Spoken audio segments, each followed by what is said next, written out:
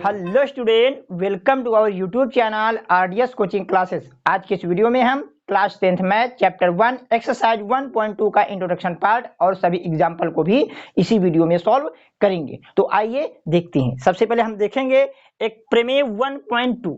ये क्या है? अंकगणित की आधारभूत प्रमेय। तो सबसे पहले हम देखेंगे अंकगणित की आधारभूत प्रमेय क्या होती है। तो ये होती है सभी भाज्य संख्याओं को अभाज्य संख्याओं के गुणनखंड के रूप में गुणनखंडित किया जा सकता है। ठीक, इसी को कहते हैं अंकगणित की आधारभूत प्रमेय। मतलब कि जो भाज्य संख्याएं होंगी, भाज्य संख्याओं को अभाज्य संख्याओं के गुणनखंड के रूप में गुणनखंडित कर देना ही क्या कहलाता है? अंकगणित की आधारभूत प्रमेय। हमने आप लोगों को भाज्य संख्याएं और अभाज्य संख्याएं एक्सरसाइज 1.1 के इंट्रोडक्शन पार्ट में आप कवर करा दिया है। अगर आप लोगों को भाज्य संख्याएं और अभाज्य संख्याओं के बारे में जानकारी नहीं है तो आप लोग एक्सरसाइज 1.1 का इंट्रोडक्शन पार्ट अवश्य देख लें। तो यहाँ देखो, यहाँ पर हम इसको एक एग्जाम्पल से समझते हैं। यहाँ पर हमने 120 एक संख्या लिखी है जो कि भाज्य संख्या है। इसको हमें अभाज्य गुणनखंड के रूप में गुणनखंडित करना है। तो यहाँ देखो, सबसे पहले क्या करेंगे हम, ये 120 है, 120 के हम अभाज्य गुणनखंड करेंगे। तो उसके पहले हम विभाज्यता का नियम पढ़ लेते हैं। अगर लास्ट डिजिट 0, 2, 4, 6, 8 है तो वह संख्या 2 से विभाजित होगी। तो वह संख्या 2 से क्या होगी? विभाजित होगी। ठीक, उसके बाद अगर लास्ट डिजिट मतलब कि इकाई का अंक, लास्ट डिजिट मतलब कि इकाई का अंक, अगर लास्ट डिजिट 0 और 5 है तो वह संख्या 5 से विभाजित होगी। तो संख्या 5 से क्या होगी? विभाजित। उसके बाद हम देखेंगे यहाँ 3 से विभाजित का नियम। तो क्या होगा? अगर कोई संख्या है, अगर उनके अंकों का योग, अगर अंकों का योग 3 से विभाजित होता है तो वह संख्या भी 3 से विभाजित हो जाती है। जैसे कि 4 है, 4 में 2 ऐड करेंगे हो जाएगा 6।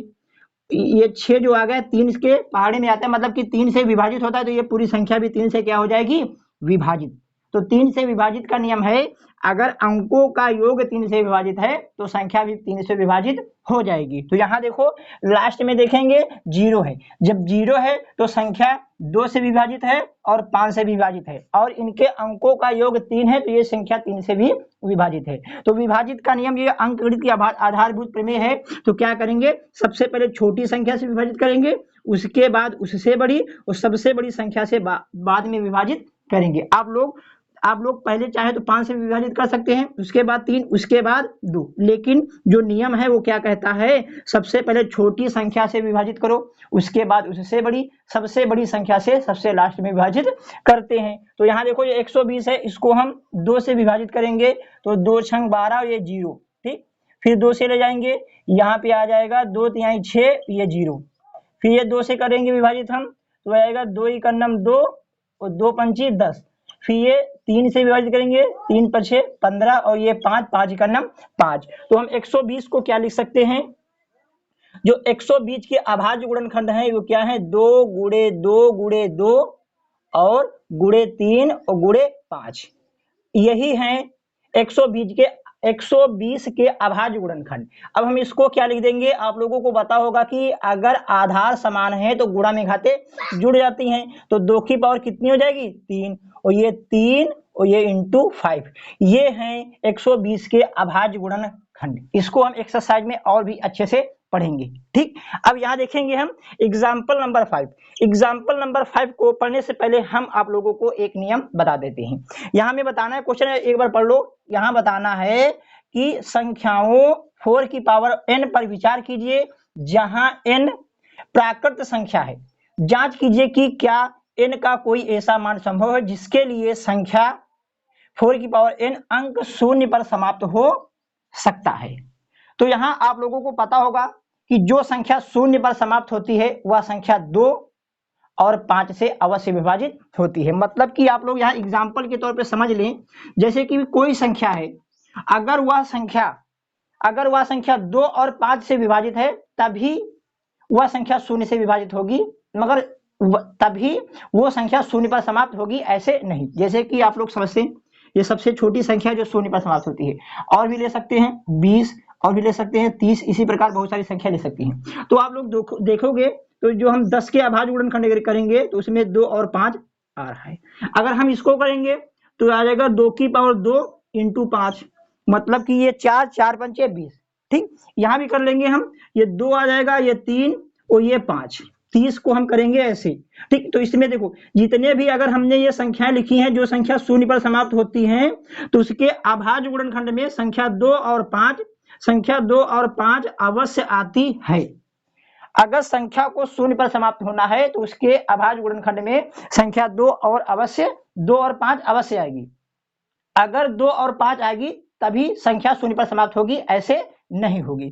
ठीक, अब इसको हम क्वेश्चन को सॉल्व करते हैं। सबसे पहले ये जो संख्या दी हुई है इसके हम अभाज्य गुणनखंड करेंगे, तो यहां लिखेंगे हम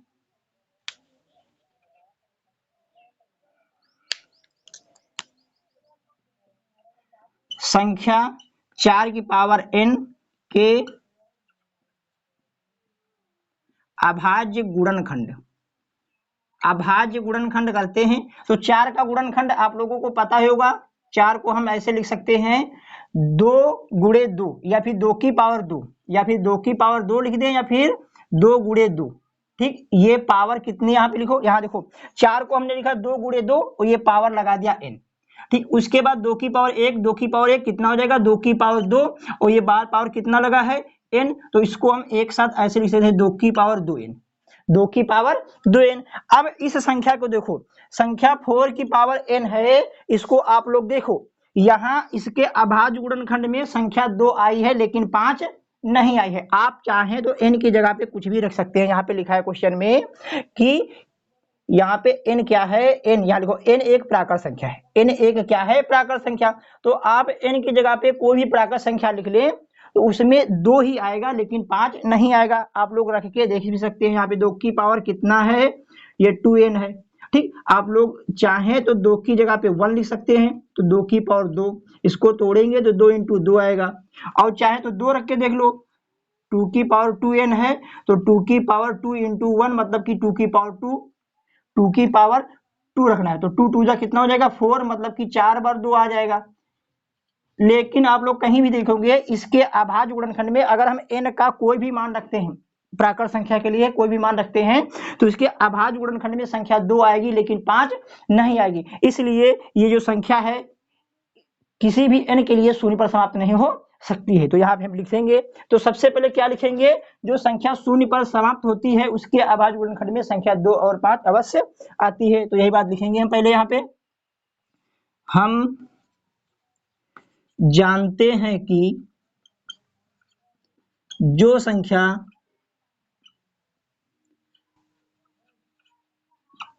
शून्य पर समाप्त होती है उसके अभाज्य गुणनखंड में संख्या 2 और 5 अवश्य आती है। अब यहाँ जब हमने संख्या 4 की पावर n का अभाज्य गुणनखंड किया है तो इसमें 2 आया लेकिन 5 नहीं है, इसलिए यह संख्या शून्य पर समाप्त नहीं होगी। यही बात यहाँ पर हम लिख देंगे। क्या लिख देंगे, संख्या 4 की पावर n के अभाज्य गुणनखंड में संख्या 2 आती है परंतु 5 नहीं आती है। जब 5 नहीं आती है तो यह संख्या शून्य पर समाप्त नहीं होती है। इसलिए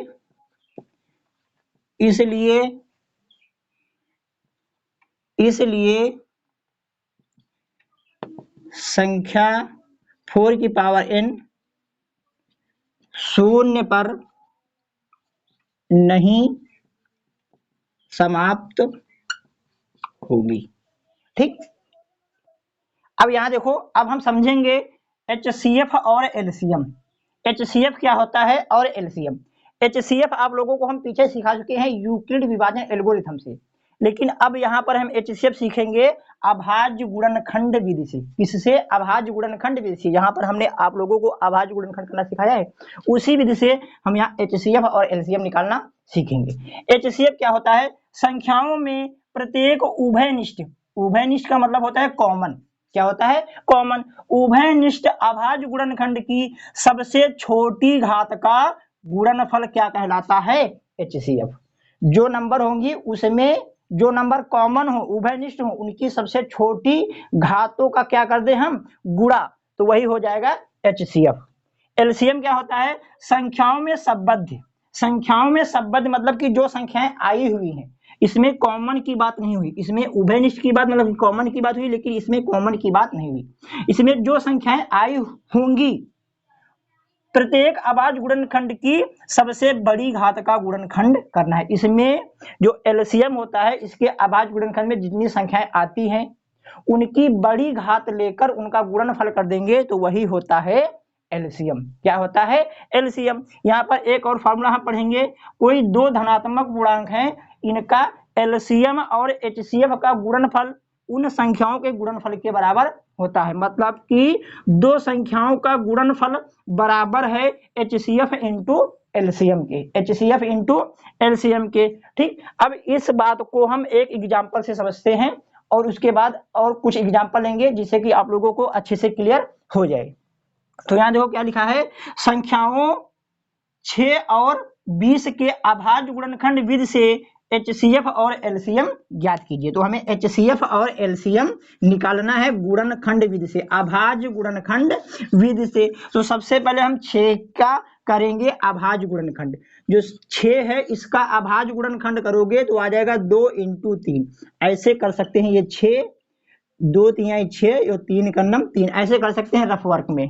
ठीक, उसके बाद हम 20 का अभाज्य गुणनखंड करेंगे तो आ जाएगा 2 की पावर 2 और ये 5। कैसे आया है यहाँ समझो आप लोग। 20 इसको विभाजित करेंगे 2 से, 2 ही का नम 2, ये 0, फिर यहाँ 2 पंची 10 और ये 5 का नम 5। अब यहाँ देखो 20 को जब यहाँ लिखेंगे हम, 20 को ऐसे लिखेंगे 2 गुणे 2 गुणे 5, इसकी पावर 1, इसकी पावर 1, तो कितना हो जाएगा 2 की पावर 2 इंटू 5, 2 की पावर 2 इंटू 5। यहाँ पर हमने लिख दिया, इस पे पावर कुछ नहीं है तो 1 1 लगा देंगे। अब यहाँ सबसे पहले हम निकालेंगे HCF। HCF हमने बताया है कॉमन होना चाहिए और छोटी घात लेना है। पहले दोनों में कॉमन देखो क्या है, दोनों में कॉमन अगर आप लोगों देखोगे तो ये 2 मिलेगा, यहाँ 3, यहाँ 3 नहीं, यहाँ 5, तो यहाँ 5 नहीं, कॉमन यही है। तो हमें लेना है सबसे छोटी घात, तो 2 की पावर यहाँ 1 है, यहाँ 2 की पावर 2 है, तो सबसे छोटी घात कितनी है 2 की पावर 1, तो यही आ जाएगा 2 की पावर 1। और नंबर कॉमन नहीं है, अगर और भी नंबर कॉमन होते तो उनका हम गुणा करते। क्या करते? गुणा, वही जो आंसर होता है वही गुणनफल कर लेते। ठीक, तो इसको तो और कोई नंबर नहीं तो यही है, तो इसका गुणा ऐसे हो जाएगा अपना 1 आ जाएगा, ऐसे मतलब कि 2 आ जाएगा। कितना आएगा? 2। अब निकालेंगे LCM। क्या निकालेंगे? LCM।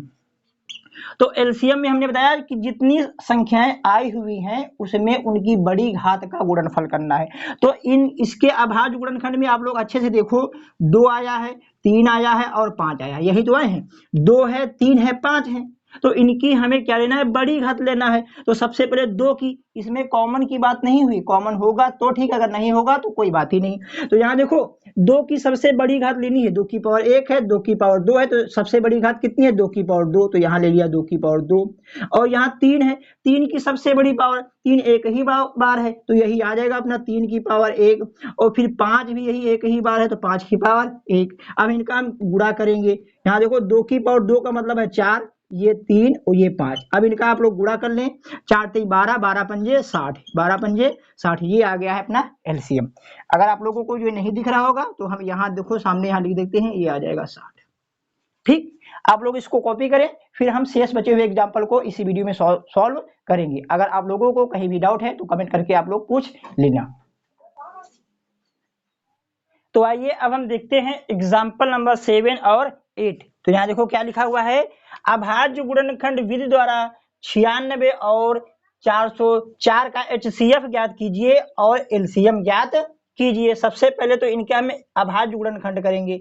96 के अभाज्य गुणनखंड इधर करके दिखाते हैं। 96 है, 2 से इसको ले जाएंगे तो 2 चौके 8 हो जाएगा, 2 अट्ठे 16, फिर 2 से ले जाएंगे 2 दूना 4, 2 चौके 8, 2 एक नम 2, 2 दूना 4 और ये आ जाएगा 2 छंग 12 और ये 2 तिहाई 6 और 3 एक नम 3। तो यहाँ देखो कितना है 2 दूना 4 दूना 8 दूना 16 दूनी 32, 32 या 96। यहाँ देखो पावर 2 की पावर 1, 2 की पावर 1, 2 की पावर 1, 2 की पावर 1, 2 की पावर कितने बार है 5 बार, तो हो जाएगा 2 की पावर 5 इंटू 3, ये एक बार है तो ये 3 की पावर 1। ठीक, अब उसके बाद क्या करेंगे 404 जो है इसके अभाज्य गुणनखंड करेंगे, 2 से ले जाएंगे 2 दूना 4 0, ये 2 दूना 4, फिर 2 से ले जाएंगे 2 एक नम 2, 2 0 0, 2 एक नम 2 और ये 101 अब किसी से विभाजित नहीं होगा तो 101 से ही ले जाएंगे, 101 का नम 101। तो यहाँ 404 के जो अभाज्य गुणनखंड है 2 की पावर 2, क्योंकि 2 की पावर 1 है, ये 1 है, 1 कितना हो जाएगा 2 इंटू 101। अब हमें निकालना है HCF और LCM। HCF अभी हमने आप लोगों को बताया है कॉमन होना चाहिए और छोटी घात। तो कॉमन यहाँ पे क्या है अपना, कॉमन अगर अच्छे से देखोगे तो यही कॉमन है, इसमें सबसे छोटी घात लेना है। तो छोटी घात कितनी है 2 की पावर 2, तो ये आ जाएगा 2 दूना 4। ठीक, ये तो कॉमन है नहीं। और LCM निकालेंगे अब हम LCM।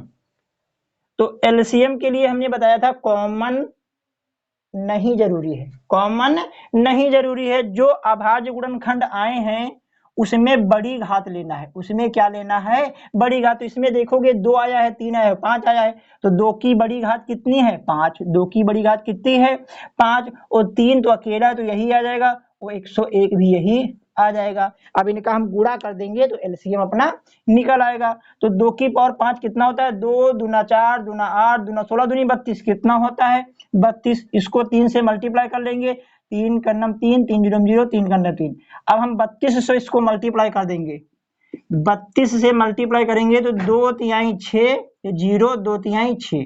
अब 3 से 3 तरफ का 9, ये 0 3 तरफ का 9, इनको हम ऐड करेंगे तो ये कितना जाएगा 6, ये 9, ये 6, ये 9, 96 96, मतलब कि 9696।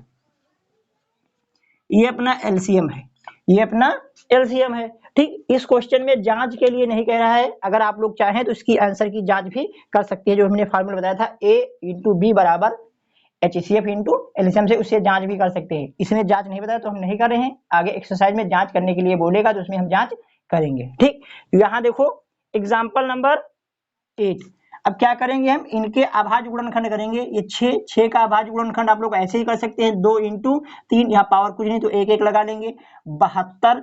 इसका लिख देंगे 2 की पावर 3, 9 8 72 होता है और 3 की पावर 2। यहाँ करके भी आप लोग देख सकते हैं, इधर देखो 72 है, इसको 2 से ले जाएंगे तो यहाँ आएगा 2 तिहाई 6, 2 छंग 12, फिर 2 से ले जाएंगे 2 एक नम 2, 2 अट्ठे 16, फिर इसको करेंगे 2 9 18, फिर 3 तरफ का 9 और 3 एक नम 3। यहाँ देखो 2 की पावर 3 है और ये 3 की पावर 2 है। ठीक, अब 120 के अभाज्य गुणनखंड करेंगे तो 120 के यहाँ अभाज्य गुणनखंड करेंगे तो यहाँ पे आ जाएगा 60, फिर यहाँ आ जाएगा ये 30, फिर 2 से ले जाएंगे ये 15, ये 3 से 3 पर 6 15, 5 का नम 5, मतलब कि 120 का आ गया है 2 की पावर 3 गुणे 2 की पावर 3 गुणे 3 की पावर 1 इंटू 5 की पावर 1। ठीक, ये है 120 के अभाज्य गुणनखंड। आप लोग चाहे तो इसको रफ कर सकते हैं, ये रफ वर्क था। अब हमें LCM और HCF निकालना है, तो सबसे पहले HCF निकालेंगे। HCF के लिए हमने बताया था तीनों में कॉमन होना चाहिए और पावर होनी चाहिए छोटी, उनका गुणनफल। तो यहाँ देखो इस बार ये कॉमन है और ये भी कॉमन है, तो 2 की सबसे छोटी घात लेना है। तो 2 की सबसे छोटी घात यही है 2 की पावर 1। 3 की सबसे छोटी घात ये देखो यही है 3 की पावर 1। अब इनको गुणा करेंगे तो 2 इंटू 3 आ जाएगा, तो कितना हो जाएगा 6, कितना हो जाएगा 6। LCM के लिए हमने बताया था जो नंबर आए हैं उनमें उनकी बड़ी पावर लेना है और उनका गुणनखंड कर देना है। तो यहाँ 2 देखो 2 है और 3 है, ये 5 है, यही तो नंबर आए हैं 2 3 5। तो सबसे पहले 2 देखेंगे, 2 की सबसे बड़ी घात लेनी है, तो 2 की सबसे बड़ी घात कितनी है 2 की पावर 3 है। फिर 3 की सबसे बड़ी पावर कितनी है 3 की पावर 2 है। फिर 5 की पावर लेना है, सबसे बड़ी वाली यही है तो इसको ही लेंगे 5 की पावर 1।